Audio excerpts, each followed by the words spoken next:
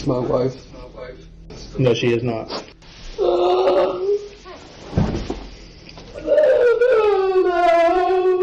This is 24-year-old Kendall Hawk, currently putting on the best performance of his life after killing his own fiancée and unborn child. But no matter what he does, he cannot trick detectives, as they already know that he is nothing but a sick, twisted killer. I'm serious, sir. That story, no, you can't be serious with that story. Just tell the truth. It's all I know is that she was picking the blankets up in the living room, and I turned around to hear a bang. That's all I know. Kendall, you laid on that floor and put on a nice show, but not a single tear came out of your eyeball. Okay. Not a single tear came out of your eye. On January 11th, 2021, 24-year-old Kendall Hawk and his pregnant fiancée, 27-year-old Angelica Ramey, woke up late into the afternoon after a night of watching TV and smoking weed on their couch. But for Angelica, this would be the last time that she was seen alive, because the next thing that was heard from their home was a single gunshot, and moments later, Kendall sobbed as he called 911 to report a misfire from a Magnum that shot Angelica directly in the chest. By 5:10 p.m., first responders arrived at the scene where they found Angelica bleeding out on the porch. Oddly enough, emergency personnel quickly noticed that the bullet had entered close to her collarbone and exited through her lower back. This angle was too steep to be chalked down to an accidental discharge alone, and it is because of this steep angle that several of Angelica's vital organs were pierced, including her heart. She would consequently not survive her injuries at the hospital and passed away soon after. And the one person who could have killed Angelica and her unborn child was the only individual in the home that day, Kendall Hawk, her own husband. Consequently, he was brought in the very next day for questioning on January 12th, where he would do anything in order to manipulate detectives. However, they would discover all of his dark secrets, secrets that would explain Angelica's death. But for now, he is unaware that Angelica has passed away, and the first thing that the detective will do is break the news. The following footage has been provided to us by the Dayton Police Department.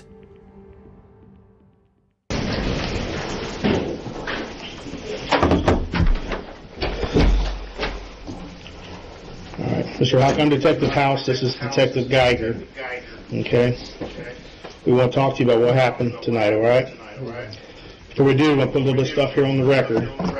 This room is audio and video recorded. There's a microphone right here. There's a camera right there in the corner, okay? I don't care about none of that. Okay. Well, today's date is Monday, January 11th, 2021. The time is now 7:54 p.m. All right, Mr. Hawk. Again, what we're going to talk to you about is the shooting that happened out there at 310 Pleasant, okay? Have you ever had your rights read to you before? Yeah. Okay. Did we have them read to you on a form like this? A written form? Yeah, I mean, I've had them read to me. Okay, we're going to go over them right now. Can I ask a question? What's that? It's my wife. No, she is not.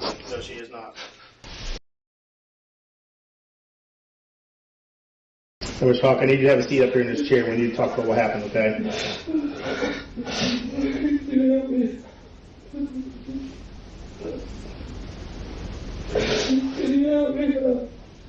Can I help you up? No, sir. You have blood all over your clothing. I'm not going to help you up.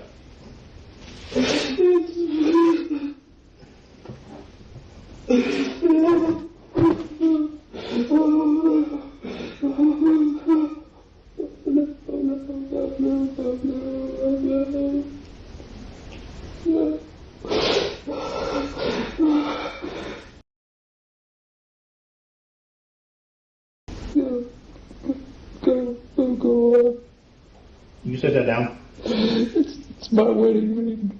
It's all I have. Okay. Although it's not visible in the footage, the detective's report notes that despite Kendall throwing himself on the ground, no tears were observed in his eyes. All right. Mr. Hope, you want to talk to us about what happened? Yeah. Okay, if you would just sign it right here on this piece of where it says Really sign. gone. She is. I'm sorry, but she is.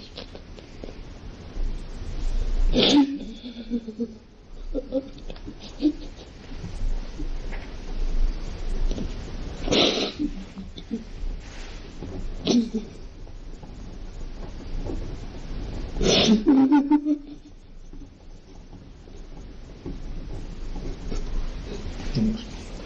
you prefer Kindle, or do you go by anything else? I just go by Kindle. Okay.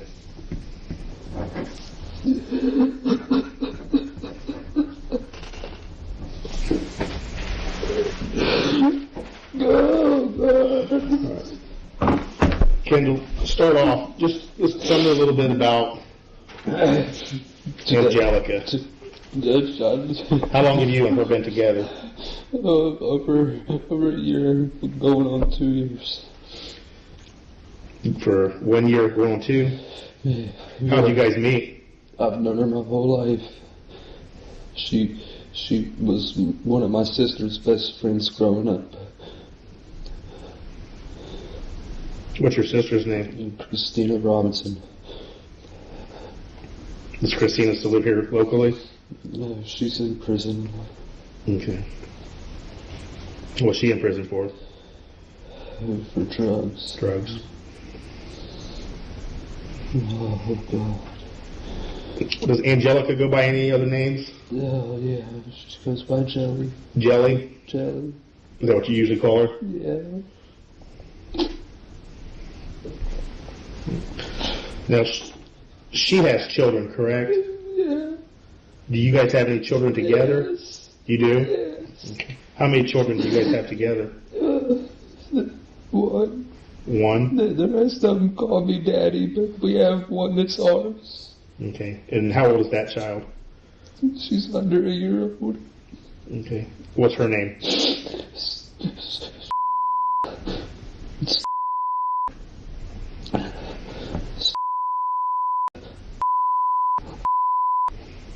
And then you know Steph's birthday?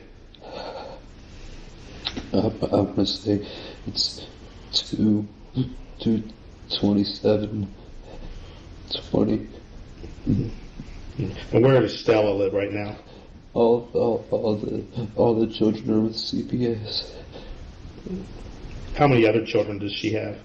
4. Do you know their names and ages? Yeah. What are their names and ages? Yeah. There's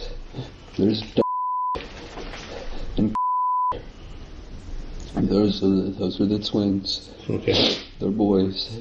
You know how old they are? They're both 4 twins. Okay.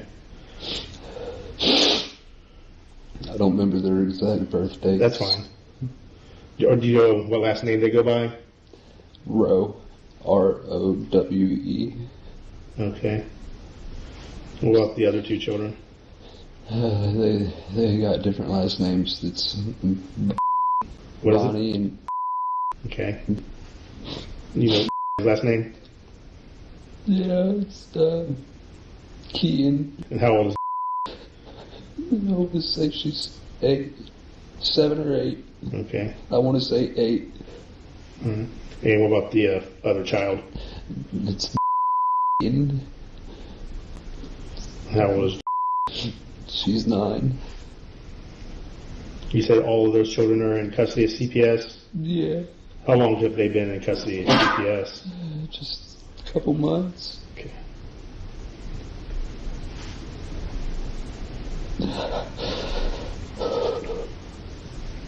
What's going on with you all that the children are with CPS? A lady came out to the house and she had asked if we would let the kids come out onto the porch, and seeing their ages and that they're boys and girls, the lady had asked, hold on, I gotta catch my breath. The lady had asked if we would let the kids come outside onto the porch and for her to be able to look for bruises on their, like under their shirts and stuff. And I told the lady that sent a red flag for me because she was asking for us to have our children come out in the cold and take their shirts off. Mm-hmm. And I felt like she was a and that anybody could make the CPS badge that she had on. Okay. So she left. The next time she came back, before she had left the first time, I said that if you are with CPS, to have a different caseworker come out, and the same lady came back out. Nobody new ever came, so we had never had a phone call from CPS or nothing. I didn't believe the lady worked through CPS, and Jelly didn't want her as the caseworker if she did, because she was asking the kids to come outside and take their shirts off in broad daylight. Okay. Did she bring law enforcement with her or anything when she came to the house? She only brought law enforcement the day that she came to take the kids. Actually remove the children? Yeah. Okay. All right. Kendall acts like a caring father who had his children taken away by the CPS, but this is far from the truth. CPS looked into Kendall's past and found out that he was a prior convict due to 2 charges. The first was aggravated possession of drugs, as Kendall struggled with substance abuse, particularly meth. The second was the improper handling of firearms, as he often shot guns in front of his neighbors to show off, which resulted in active protection orders against him. He was also prohibited from owning firearms. Both of these charges already paint a poor picture of Kendall, an impulsive, gun-wielding convict. It is for this reason that detectives suspect there may have been something amiss in his relationship with Angelica, causing him to murder her. However, Kendall will do his very best to manipulate the facts and make it seem like they were a happy couple. What's you and Jelly, what's your guys' relationship been like? How long have you guys actually been together? You said you've known her your entire life. I've known her my entire life, and we've been together, I would say, right around 2 years. Okay. We've messed around on and off over the years, but we've actually lived together for the last 2 years.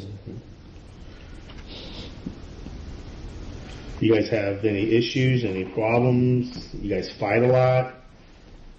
We have small arguments about her job, and that's under the circumstance that she works harder than what she was paid for. What does she do? She was at Burger King as a crew leader, but she pulled every responsibility as the manager and then some. Mm-hmm. The only thing we would ever argue about would be the fact that I'd tell her, like, you deserve better than what they pay you. Other than that, there wasn't no arguments. Is there any type of domestic violence history in the past? Anything? No. Nothing that would show up at all? No. Okay. Tell me what happened today. What was going on with you guys today? Well, we had woke up. I want to say it was around 3:30 or so. We had woke up. Was cleaning the house a little bit. I went to go upstairs and go take a shower. As soon as I turned my water on, she came up there and blew it up. So I ended up going next door. What do you mean by she blew it up?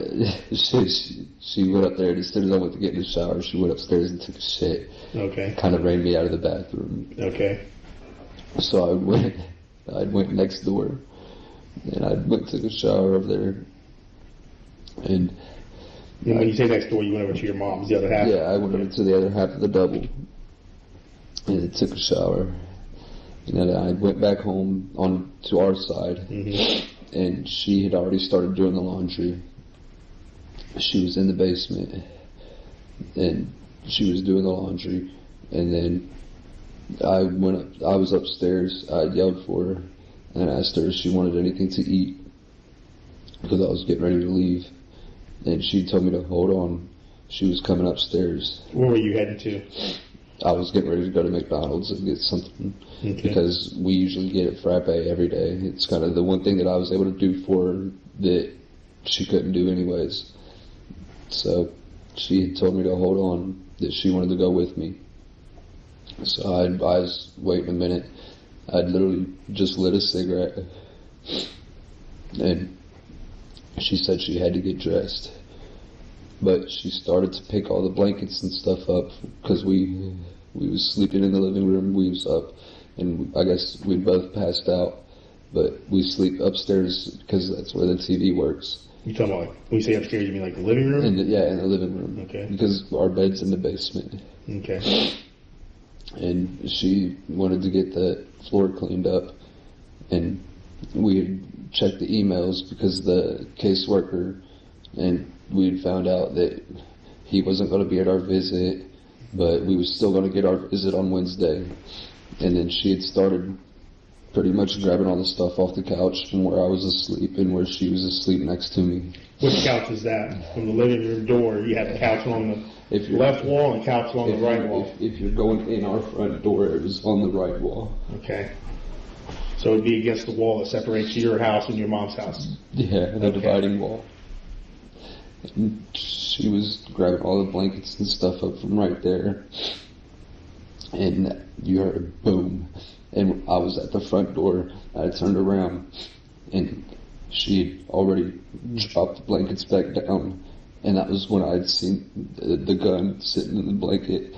And if you look across the living room, there was the gun case that had 3 tattoo guns in it, which they were cut out in the foam, was the 3 tattoo guns, but she had the case that the Magnum went it, the 357. Mm-hmm. Yeah, I guess we had it out last night or fell asleep with it out. I thought it was in the case, and apparently she did too. The case was on the couch by the front door. There is one aspect of Kendall's story that is totally bewildering. While it is true that there were bullet holes found inside a stack of blankets, it is highly improbable that this was because of an accidental discharge. This is because the bullet came from a Ruger Blackhawk 357 Magnum revolver. This weapon has a trigger pull weight of 6 pounds in some cases, which is moderately high. Even an inspection of the Magnum showed that there were no mechanical faults that would lead to it firing accidentally. But the most important piece of evidence was the absence of char marks inside the blanket. Due to the ignition of gunpowder, there should have been burns present where the gun was shot.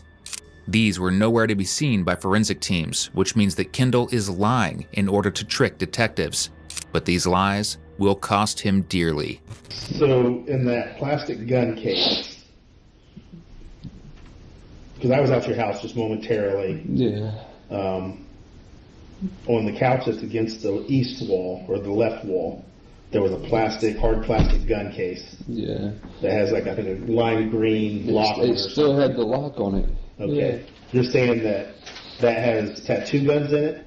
Yeah. If you open it up, it's foam that's kind of like this, yeah. But it's... You say it's cut out for the guns to lay in? Well, it's the wavy kind. Okay, I was talking about But it had a cutout for 1, 2, and 3 tattoo guns. Mm-hmm. But when we bought the 357, it fit in there.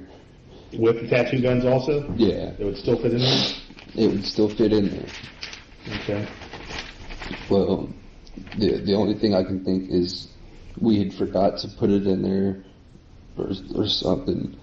But when she went to start picking up the blankets and stuff, that was when I heard it. And she seemed okay. She turned around and looked at me. And that was when I seen it.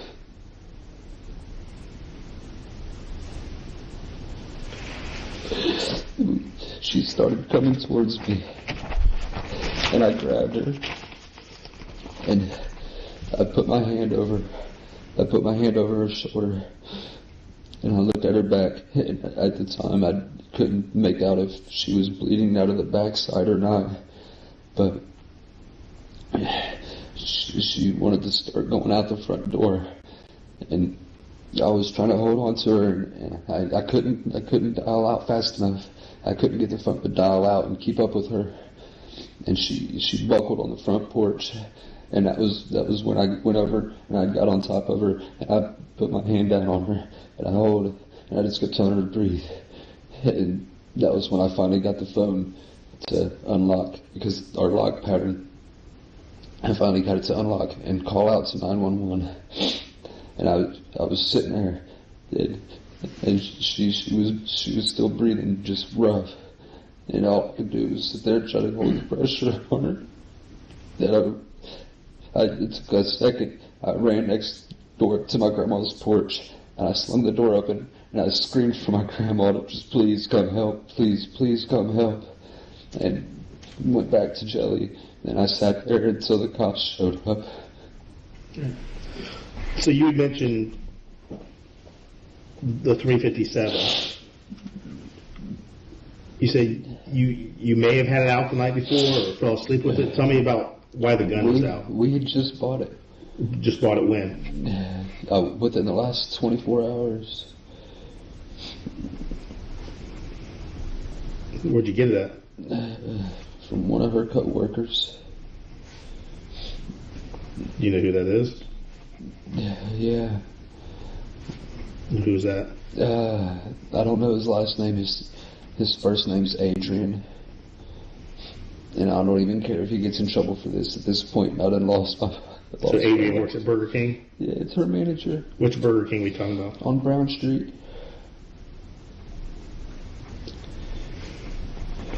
Okay.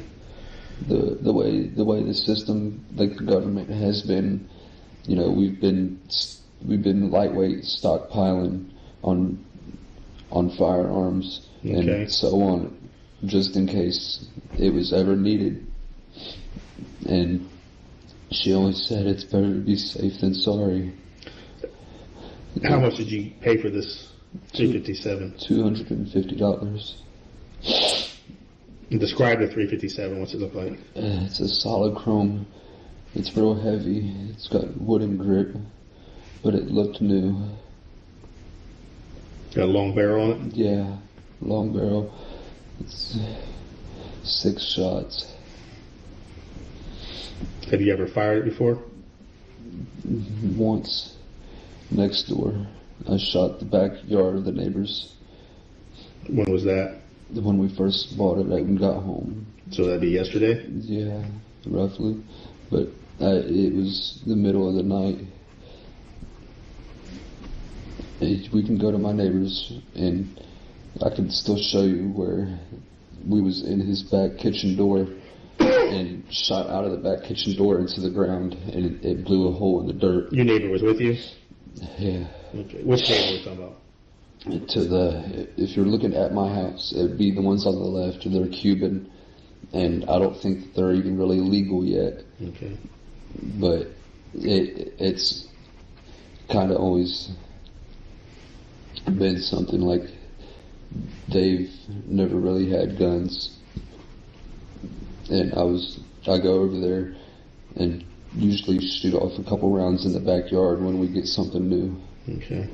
The main purpose of this line of questioning was to confirm the purchase of the .357 Magnum, as officers suspect that it was freshly bought with the intent to murder Angelica. Fortunately, Kendall just admitted to buying the weapon not even 24 hours prior. Now, officers need to establish the precise details of what happened leading to the murder. Explain to me again, go through again what she was doing when the gun went off. She was bundling all the blankets on the couch together. And kind of like just bundled up, scooping them in her arm. Yeah, that was it. She was just grabbing all the blankets. What type of blankets are we talking about? It's a big comforter set. How many blankets were on the couch?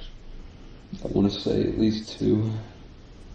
What color? What type of material? Silky material, purple, white.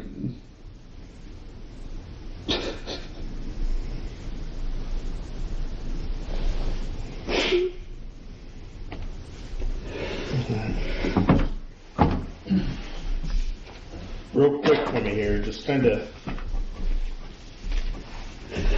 show me what she was doing. Say, for example, this is that couch, okay? This is the couch. That's the wall that's separating your house and your mom's house. The door is over here, correct? Right. There's a couch right over here. Yeah. The box that has the tattoo stuff in it's over here, correct? Yeah. There's a table here between the two, is that right? Yeah, there's a camo table in the middle of the room. Yeah, so just kind of demonstrate to me as she's at the couch, the way she's facing, what she's doing, how she scoops these up when the gun goes off. She was kind of more up on the end of this side of the couch, where like my head would have been, and she was throwing the pillows back up because there's big brown pillows that go on the couch. She was throwing them back up towards that side, and she'd scraped like she was bringing the blanket this way, and she'd turn around and look at me because I was, making jokes with as in maybe I wasn't done laying down, and she came over and started scooping the blanket up this way, and when she grabbed it like that, it was like she started to turn around, and then I heard the bang, and I was in the dining room. So she just basically scooped the blankets up, so her arms are underneath the blankets. Yeah, it was like she balled the blankets up, and I started walking back towards the kitchen, and that was where are her arms at? Her arms would have been up under all the blankets. So they're down here holding all the blankets in this area, kind of pinned against her chest, basically. Yes, and literally, I'd seen her start scooping the blankets up, and at that point, I was walking back through the doorway towards the kitchen area, because our back door don't all the way shut, and I was walking back that way because you could feel a draft through the whole house, and I mean it's fragmented. All I can remember is her grabbing the blankets and then hearing the boom. And when I got in there, I seen her drop, and then you could see the gun, and I grabbed the gun and threw it to the other couch. And where was the gun? The gun was sitting on the couch, and at that point, she, I don't want to sit on your table or nothing. That's fine. But at that point, she was sitting on the couch like this, and the gun would have been beside her. I grabbed the gun, I threw it to the other couch. Where were all the blankets at? They was kind of under her, as if she had set them back down and sat on top of them. Okay. All right. Have a seat back in the chair. Sorry. You're fine.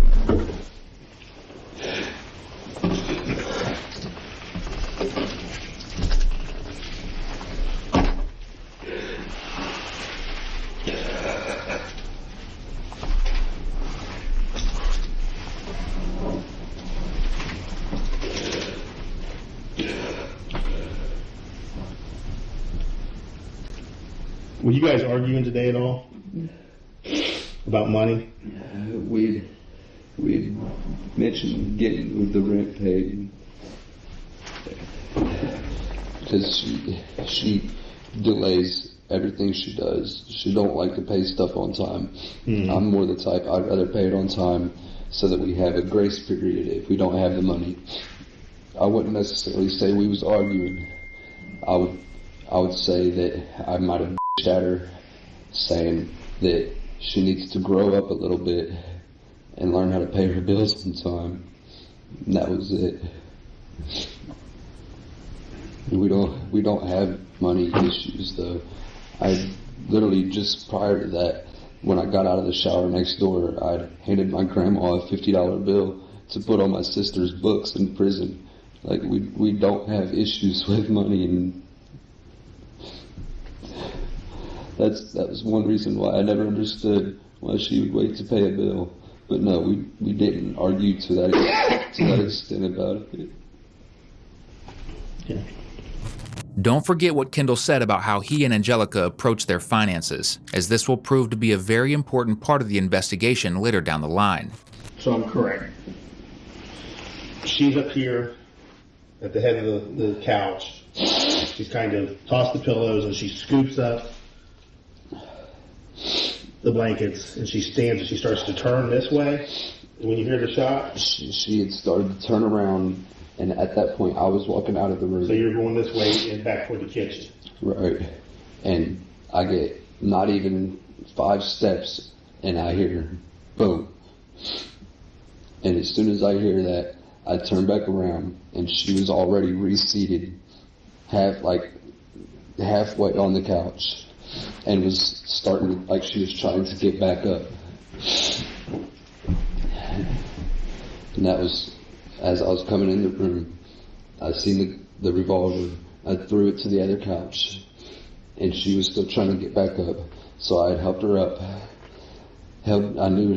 Something told me I knew to hold pressure and check for an exit hole. When I looked, I didn't see nothing, but it was hard to tell while keeping pressure on her shoulder area. Where did you see where she was struck at? She was struck right here. Okay. Did you see any exit wounds on her back at all or anything? Anywhere? I thought I did, but I'm not sure. Where did you think you saw an exit wound? Honestly, it looked like there was blood on her back in the same spot, but I couldn't make out if that was from where I tried to apply pressure and then looked. I couldn't make that out. All I knew is that for a fact it went in right there, and I know that I don't know what she was trying, whether she was trying to get in a car. I'm not sure. I just know she was going towards the door when I helped her back up and was applying pressure on her shoulder. She was going towards the door, so I followed her while screaming for my grandmother. What was she doing just prior to going over to the couch to group up the blankets? Were you guys talking? Was she saying anything? Prior to that? Yeah, as she walks over to the couch, is tossing the pillows and scoops up the blankets. Is she saying anything to you? Are you guys saying anything? Is she talking? Is she whistling, singing? Prior to that, I mean, I just handed her my wallet, and I had all my money in it, and I told her, there's $220, not counting the $50 that I gave Grandma. And, you know, it was kind of like any other day. Okay, well, you know, we can pay this, or, I mean, it was kind of just like a normal day. We don't have a way to play music. There's a radio in the living room, but it don't work. Mm-hmm. So, I mean, we kind of just... Why did you give her your wallet? Because I had all the cash. Again, you guys weren't fighting about money? No. Arguing about money? No. She had said something about how she had made a payment towards the rent, like of $100 or something. Mm-hmm. So I'd give her my wallet to... Basically, I stated the difference that was owed still to the payment was in my wallet. And she said that she didn't need it and set my wallet back up by the TV. Yeah. And after that, I grabbed it, started walking through the back of towards the back of the house again, and that was when I heard it. If Kendall was an actor, he would have likely been kicked out of the industry considering how bad he is. A witness account from his grandmother, who lives 7 miles away, stated that Angelica had called her asking for money to cover the house rent the day of the murder and was upset. Clearly, some sort of argument regarding finances happened between the two that Kendall is currently downplaying. In the next few minutes, you will even see the detective become fed up with these antics and finally confront Kendall for everything he has done. How do you think that gun went off? Because generally those, especially those large revolvers like that, have a pretty significant trigger weight. Truthfully, I don't know. The only thing I can think is it got knocked onto the couch while I was asleep, or I mean, somehow the hammer maybe got halfway pulled back when she was grabbing the blankets, but not enough to lock, and then slipped and hit the. I don't know. All I know is I'm losing the love of my life and the mother of my children.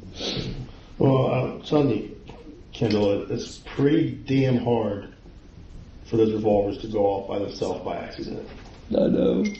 Because it is a pretty significant trigger pull usually. I know. Now, I haven't seen your gun per se. We haven't tested it, which that's one thing we'll do. We'll test the trigger pull. It's also pretty hard. I mean, like I said, you've shot it. You know what I'm talking about. It's pretty hard to get that hammer pulled back by catching on something if you're just scooping it with the op. All right. No, I agree. No, I definitely do agree with you that it's not easy to just fire one of them guns. I agree with you on that. Mm-hmm. That's one thing I'm big in my life is gun safety, because I've lost multiple of my relatives to this. My cousin Mikey Rush shot himself in the head on accident. Years before that, Andy Rush, he got shot in the head cleaning a gun. And I just, one thing that I've always been big on is gun safety because of the relatives I've lost. Yet I know that The way this is all played out, I know it looks like I did it. Did you shoot her? I didn't. No. Did she shoot herself intentionally? I want to say no. No, I mean, you saw what happened. Did she grab the gun and put it to her chest and pull the trigger? Not that I see of, no. I'm not saying that I know for a fact she didn't do that, but I'm saying I know for a fact that when I was turning out of that room, all I seen was her grabbing the blankets off the couch. And that was the last that I seen of her, but she wasn't forward out. She was removed from the scene before I got out there. But I was told that she did have an exit wound, and it was in her lower back.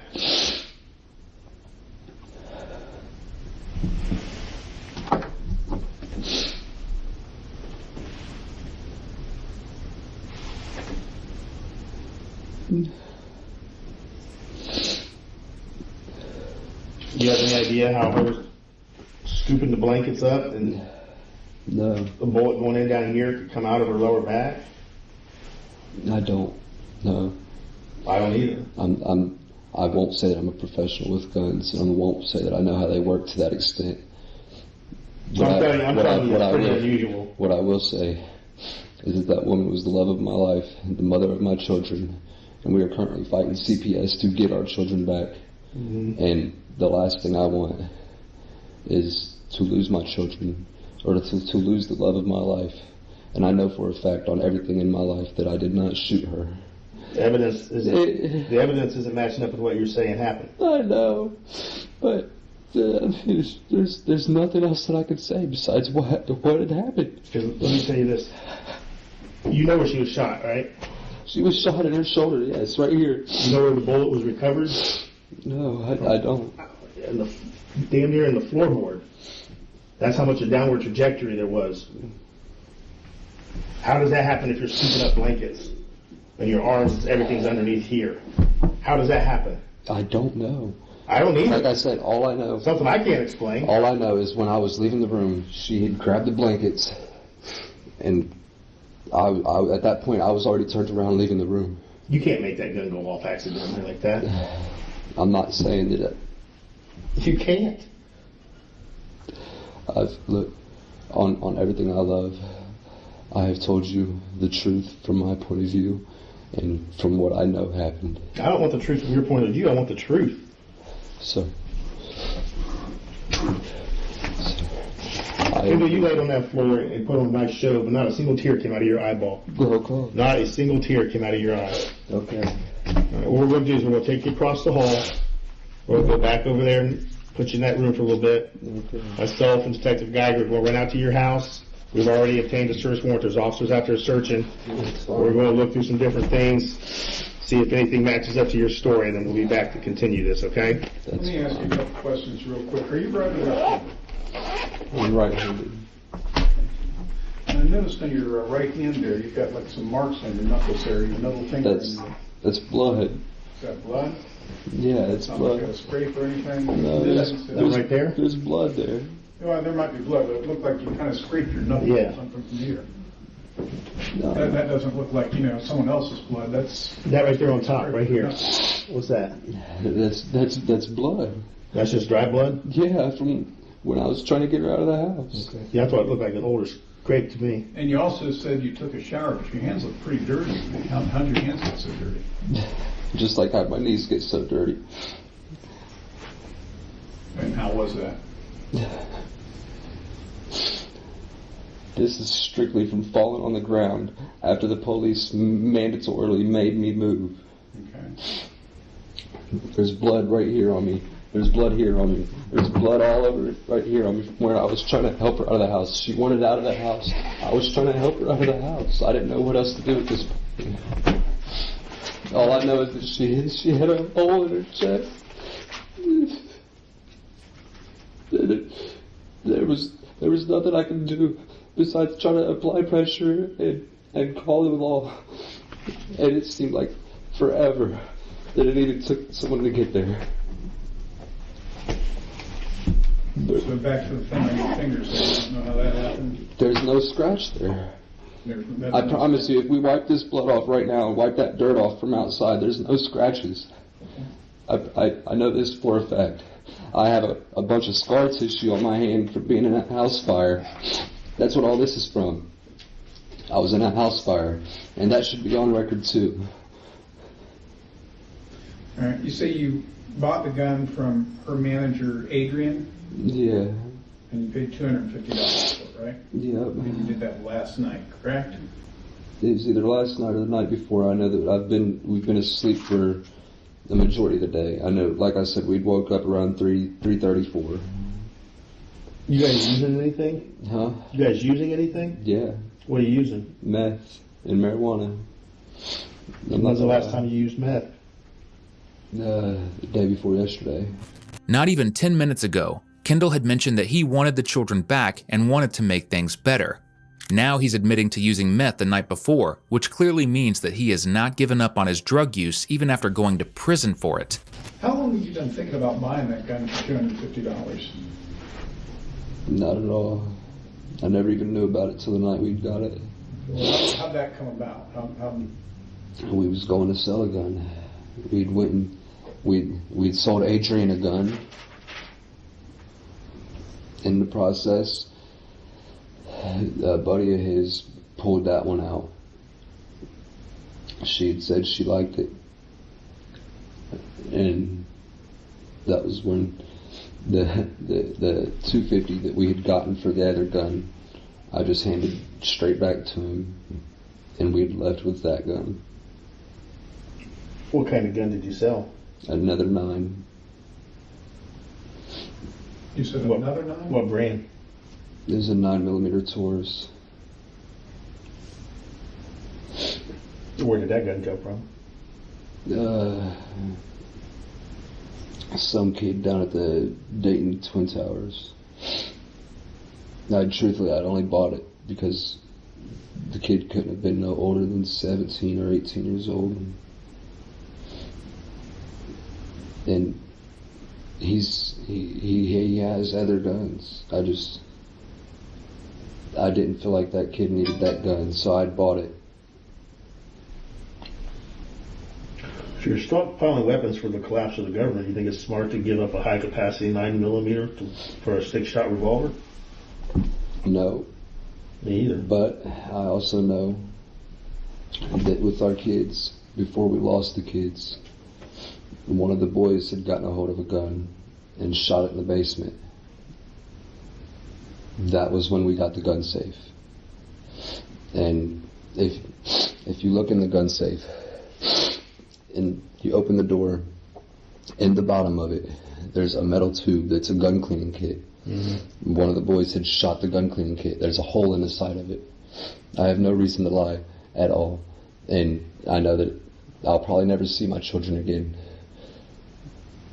But the only thing I can be right now is honest. And if you look in the bottom of that gun safe, you'll see where there's a hole in the bottom. And I knew that any semi-automatic, any sort of handguns, I knew that them boys knew how to fire it. I've been real big on teaching the kids how to handle a firearm. I know that's probably not the correct thing to do. That is definitely not the correct thing to do. In the first place, Kendall should not even be in possession of firearms due to his previous convictions, as this falls under illegal possession of firearms. To make things worse, handing his preteen children firearms could count as child endangerment, only highlighting Kendall's recklessness. But basically what you're saying is the fact that it's much harder for a revolver to be fired by a small child. That's why we made sure that we didn't keep this, like the automatic or the semi-automatic weaponry. Mm-hmm. We tried, that's why there's the 2 revolvers that don't work, that we was going to order parts for them so that they would, but we went that route because we know that there's more you have to do to fire it. Okay.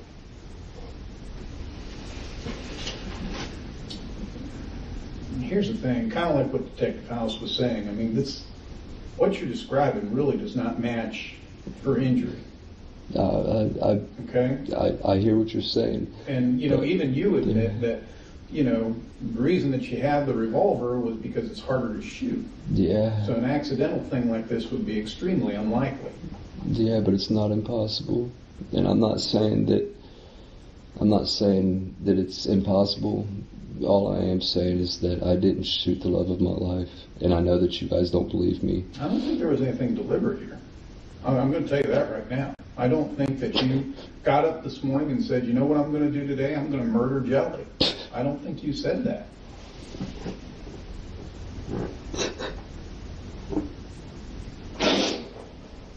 But there's a problem when she has injuries that don't match how you're saying this took place. I don't know how it even took place. All I know is that she was picking the blankets up in the living room, and I turned around to hear a bang. That's all I know. Well, I think that she probably was picking up blankets. I think that part's probably true.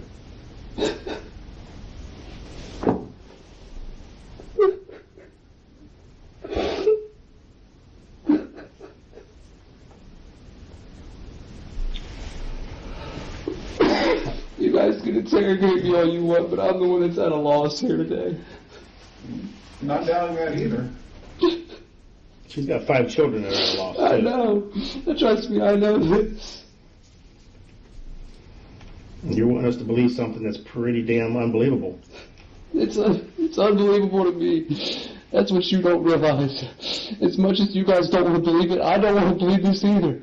I want to believe whatever the truth is. You want us, like I said, you want us to believe something that's unbelievable. We can't. How can we believe that story? That's all I know. There's no way her hands are down here scooping up blankets, and she's shot up here, and it comes out her lower back and goes into the baseboard. That's an impossibility. So then you're telling me that my fiance's still alive right now? No, she's dead. I mean, That's not an impossibility. I can't. The impossibility is the angle and the shot. That's the impossibility from what you described. I can't explain something that I don't know. You said yesterday you had to cock the damn gun. Yeah, I To did. pull the trigger. I did to shoot it out of my neighbor's back door. How's that gun go off when you're scooping up a blanket? Even if her finger got on the trigger. I don't know. If her finger was on the trigger, I bet you she couldn't pull the trigger. Honestly, I don't know. And I'll probably die, and nobody will ever believe me. I guess that's what it's going to have to be, because it is. It's a pretty unbelievable story right now. It's unbelievable to me that we just woke up this morning and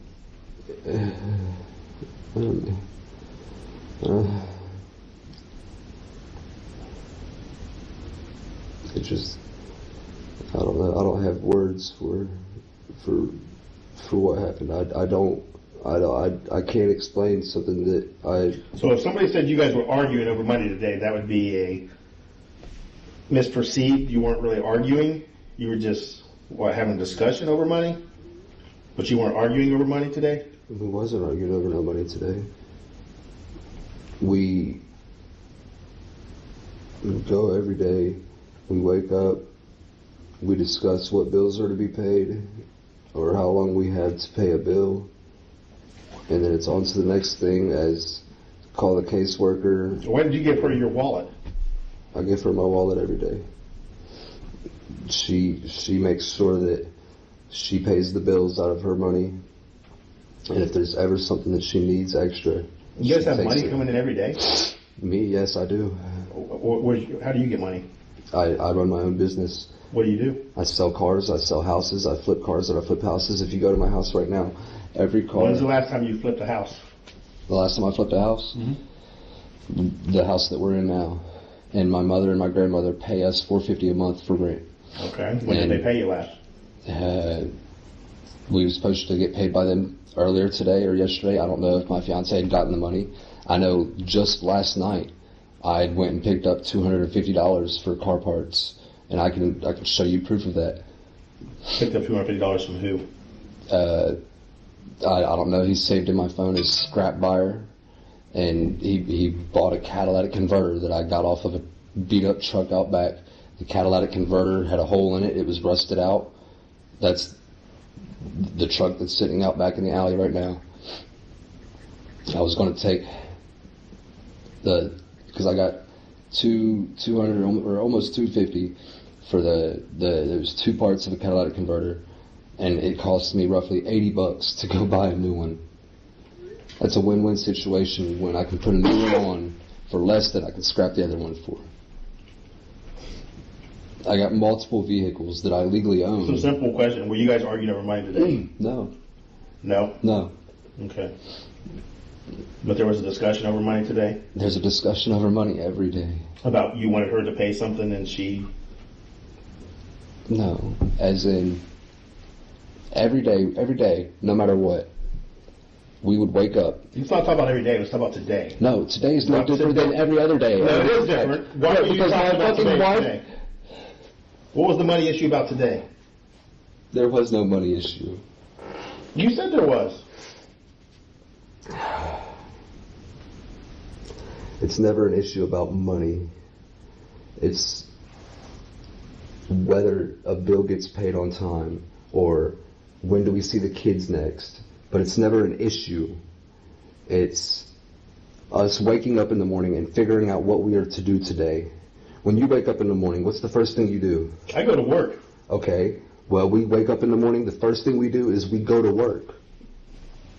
I'm sorry that I run my own business and I can work from home. I'm sorry that she was like my financial advisor, my accountant, my secretary. She basically did anything that I needed for my business. I was nothing but the mule.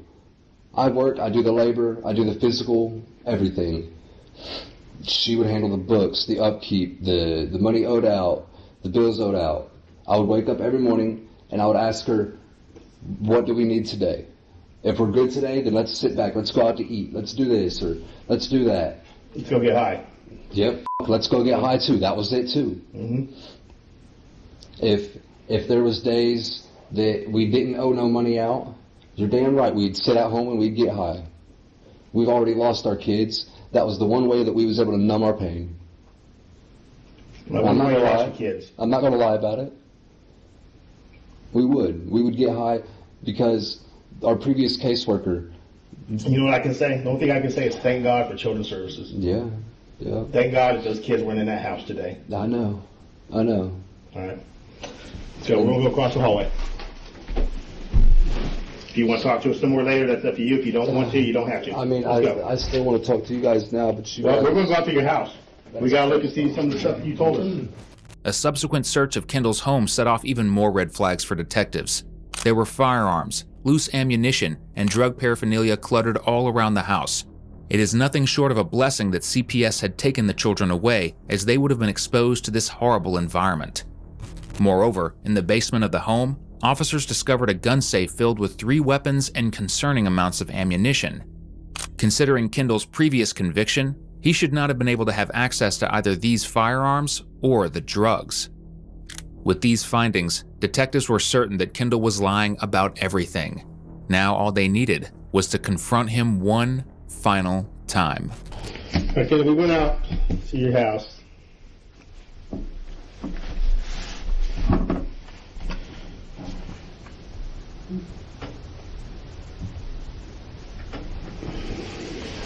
Let's see, this is some photographs that was taken from your house here.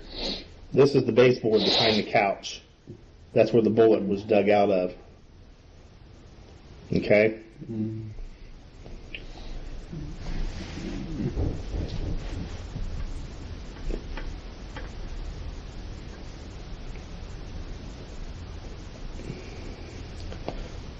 This is a dowel rod that's going through the bullet, where it goes through the back of the couch, out the back of the couch, and into that hole in the wall. And that shows you the trajectory of the bullet. Mm-hmm. And here you can see Detective Geiger sitting on the couch.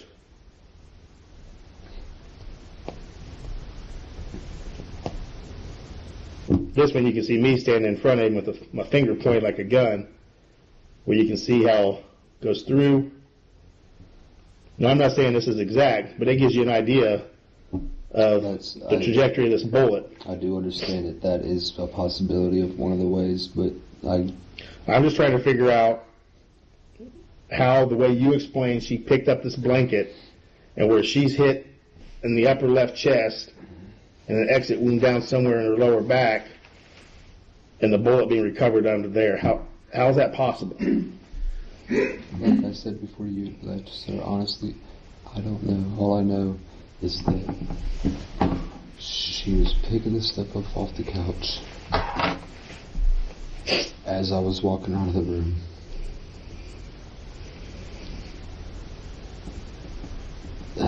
I can't explain the unexplainable. Well, I can tell you we did find... There's things that I don't know. We did find the blanket. There was the white blanket and there's like the purple one. Yeah. The white blanket was on the couch. It looked like either she or somebody had been sitting on top of it, right where the bullet hole is. Mm-hmm. And you can see where a bullet went through that blanket, but the interesting thing is there's no burning on there. There's no stippling. You know what stippling is? No. When a gun is fired, the gunpowder that is in the casing ignites very rapidly. And that explosion is what causes the projectile to shoot down the barrel. All right? Well, there's portions of that superheated gunpowder that also come out the end of the barrel. And at close range to something, it actually sears or burns into it. It'll do your skin, clothing, things of that nature. Mm-hmm. If it's close enough to the skin, it'll actually char it, or to a piece of clothing. And one of the things that we don't see anywhere on that blanket is stippling or charring, because it looks like that blanket was actually behind her, like she was sitting on that blanket when that gun went off. And the purple blanket, we don't see any defects to indicate that somehow the gun swooped up in this blanket and goes off. None of those things make sense the way you're saying it happened. None of them make sense. Trust and believe that I agree that none of it makes sense. Kendall, were you trying to kill her, or was this an accident? No, I was not trying to kill her. And so what happened? All I know is... No, what happened? Let's knock off the bullshit. I'm serious, sir. That story, no, you can't be serious with that story. Bullshit and just tell the truth. 'Cause all you're doing is digging yourself a deeper fucking hole. It's time to just man up, man. I did shoot her. Do what? I did shoot her. You did shoot her? Why? No, I did. You can put words in my mouth all you No, want. it sounds to me like you just said did twice. No, I said I didn't. I did not shoot my life. I did not shoot my fiancée, the mother of my child. I did not shoot her. Then who did? Nobody else was there. I know. And the way you're saying it happened is not possible. There at least one explanation. Well, at least two explanations. Either she intentionally shot herself in that fraction of a moment when you said she picked up these blankets and you walked I'm not saying she through. didn't shoot herself, because she is. If you look, she was just in the mental ward not too long ago. You tell me how she shot herself. How'd she do it? I don't know if that's what she did. I'm saying she was... Well, you were there. I'm saying she was picking stuff up, and when I went to walk into the other room, I heard a bang. I don't know if she mentally, physically, purposely shot herself, or if the gun had went off. I don't know. All I know is that our children now don't have a mother, and everything is going to somehow get pinned on me because I was the only other person there.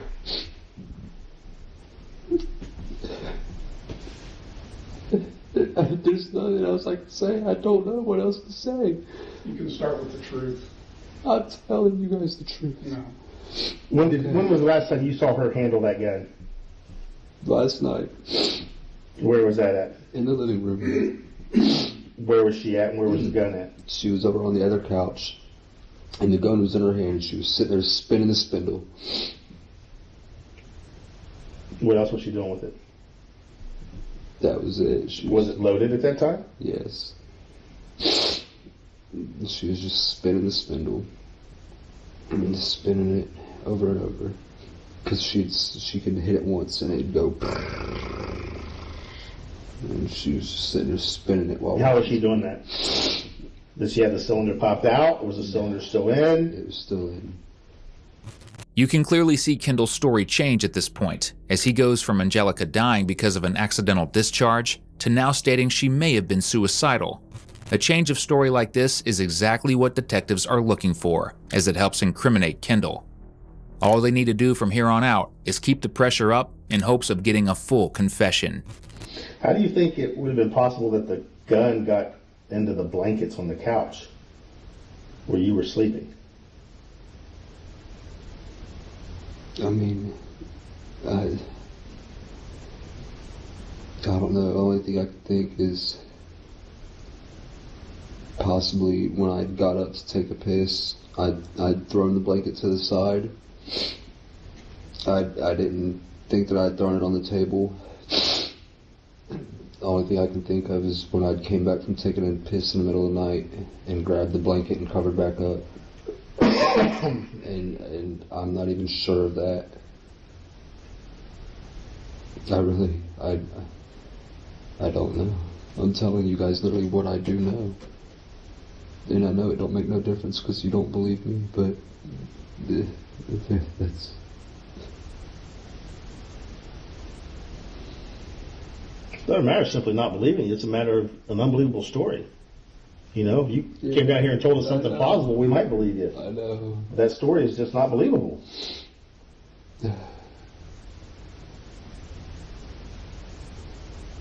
I can't believe it. Not even me, as a person that witnessed. I myself can't believe it. And I was there. Now I know that don't say much, but there's not words for how unbelievable it really is. I realize that it is unbelievable. I realize it is impossible to believe something so absurd. And there's nothing. Yeah, that's what you want us to believe, right? You want us to believe that story, right? I don't really care what you guys believe now. I just know that from this day on, the love of my life is gone. There's not much more to life now. I don't really care what happens to me at this point. Yeah, I've heard that song and dance before. Yeah, I believe you have. Then you might as well just be honest about it. Because the story you're telling us is not honest. And you and I both know it. Believe what you want to believe. You believe what the facts show us. We gotta believe what the facts are. And they ain't the way you're telling it. People lie. People lie because they're scared. Mm-hmm. People lie to protect themselves. I have no reason to be scared. Mm-hmm. I've already lost my children. I've already basically lost my family. I've lost the woman I've loved. I don't really have much left to lose. What about your freedom? I'm not free. If you ask my grandmother, she'll tell you multiple times I said it was better off in prison because I had less to worry about. I didn't have bills. I didn't have none of that. That ain't got nothing to do with freedom. That's just got a matter of wanting to go out and take care of yourself as opposed to have somebody else take care of you. I understand that. But what is freedom if you don't have nobody to enjoy it with? Really? Now you got an opportunity to go out and meet somebody else. And to find somebody else. You have all those opportunities. Yeah. And let's not sit here and play this melancholy boo-hoo, boo-hoo me. You know, you're giving us a ridiculous story. That's an absolutely ridiculous story. Yeah. You know, you're going to deny that you guys were arguing about money. Even when your own grandmother says she's calling over asking for money to pay for the taxes on the house. Me and my fiancée would not argue about money. The only thing we would argue is I would tell her We need to make sure that they pay us in a reasonable amount of time. Other than that, that's it. We didn't have no other problems. Our only other issues, truthfully, was our drug usage that we had started upon losing the children. Other than that, I mean, like, we went out to eat at least once a week, mandatory, to nice places. We always reminded to treat ourselves. The kids, we just took them tablets last week. The week before that, I mean, like, we've even managed to spoil the kids, knowing that they're outside of our home, knowing that when they come home, they might not even have the things that we gave them, just because we knew it was something that they would enjoy. The tablets they could use to take pictures of the baby, learn how to walk. We didn't have financial issues really between us. It was the fact that my mom and my grandma can collect unemployment for all these months and get money each week for free and turn around and ask us where our money is when we work for our money. We didn't get unemployment. We had her weekly check, and we had whatever money I was able to make throughout the week. And they could hound us, asking us where our money is, or asking us why do we need their rent money to be able to go pay our taxes, and so on, or how are we broke, and da-da-da-da-da. And the only thing we would ever argue about is with them saying, as in, it don't matter what we do with our money. The point is, you still owe us on rent. That was the gist of anything that we ever argued about, and it was never between me and her. It was between us and my mom and my grandma. Other than that, I mean, we didn't really have any arguments other than, oh well, we got dirty laundry that needs done, or I'm the lazy that hasn't finished painting the bathroom yet. I mean, it was normal day-to-day, normal life bickering. That's all it was. We never had an issue with money. So what was different today? You know, I've been trying to figure that out. It just don't make sense to me why she would kill herself when we had a good life. Why'd you say you were going to kill yourself in the 911 call? Huh? In the 911 call, you said you was going to kill yourself. Because we had a good life. I mean, I did. I told my grandma, I said, if she don't make it, I might as well kill myself. Because there's things in life that you can't remake something that you've once had, or, you know, some things you only find once in a lifetime. I know that I'll never in my life find somebody else that was as good as she was to me. Ignored the fact that I had previous offenses. Ignored the fact that when I was in prison, she didn't question why I needed money on my books, or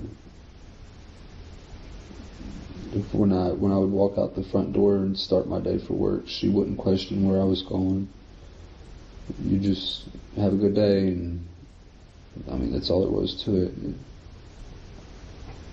I know that I'll never find somebody that truthfully loves me the way she did. So did she deserve what she got? No.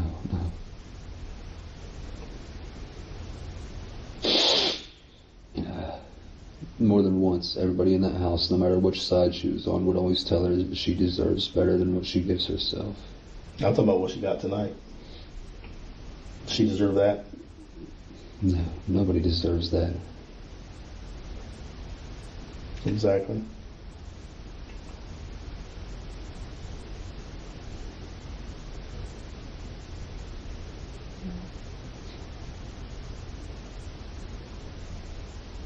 Or whether they then deserve somebody to come in here and say that they took their own life. You're right, but, you know, as much as you can try to turn it on me, That's the only other thing it could have been is... That's the only options, right? It was you or her. The accident thing, that's bullshit. That's just, And if the accident is entire bullshit, then she killed herself. And as much as it hurts to say that, there's nothing else it could have been, because I was not even in the same room at the point of the time it happened. You sure? Yes. I was in the dining room where the table is, and if you was at my house, you know where that is. So within a matter of a couple of feet from her. Yeah. If you were to take a polygraph on this, how do you think you'd do on it? I'd pass. Depending on what questions you guys asked. Depending on if you guys are trying to set me up and ask trick questions. What do you think we should ask you? Outright. Did I purposely kill my wife? Did I intentionally shoot my wife? Did I shoot my wife? Those would be questions that could be asked that I know for a fact in the bottom of my heart that I did not do. Did you accidentally shoot her? No. Because you keep saying purposely. Purposely and intentionally. Intentionally. Something happened, Kendall? No.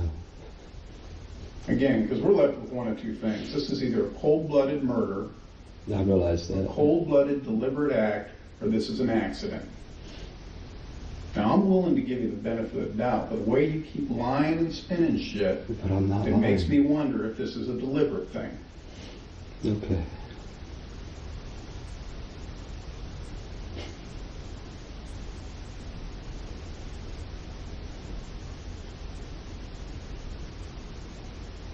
Because we went from the last time you saw the gun, it was sitting on the table. Now it's the last time you saw the gun, she was spinning the spindle. No, And you fell asleep. That's what you that's just where said. you're wrong. You said... That's what you just said. You had I asked... saw her spinning You, the spindle, you had asked... and you fell asleep. The last time I seen the gun was on the table. Now you want to switch the words, you can switch the words all you want. He asked specifically, when was the last time I seen her with the gun? And my correct answer for that was when she was spinning the spindle. That was not the last time I seen the gun. The last time I seen her with the gun was when she was playing with it. But the very last time I seen the gun was when it was on the table, next to where I fell asleep. You can try to put the story together how you want to put the story together, but if that's how you're going to do it, if you're going to switch up my words, then I do want an attorney present, because I'm not going to have you change my story on me. I know how it went down. You can word it however you want it to go down. When did it get from her hands to the table?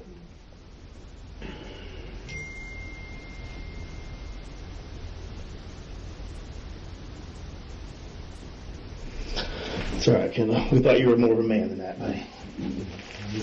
Take it how you want, sir. Absolutely.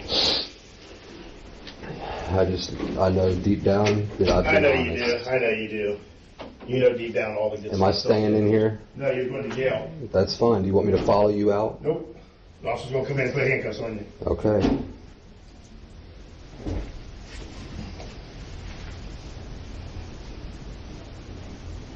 Go ahead, stand up and face that back wall. Put your hands together like a frame. Shortly after this interview, Kendall's trial began where two major pieces of evidence were stacked against him. The first was the fact that he owned a firearm even though he was legally barred from owning one. The second was the timing of when he bought the .357 Magnum. Considering it was only purchased a day earlier, there were enough grounds to charge him with murder. However, only a year later, on April 29, 2022, Kendall entered a plea deal where he would plead guilty to involuntary manslaughter. In return, the murder charge against him would be dropped. In total, he was found guilty on 1 count of involuntary manslaughter and 1 count of having weapons while under disability. Consequently, he was sentenced to 14 years in prison, along with having to pay nearly $21,000 in restitution for funeral expenses.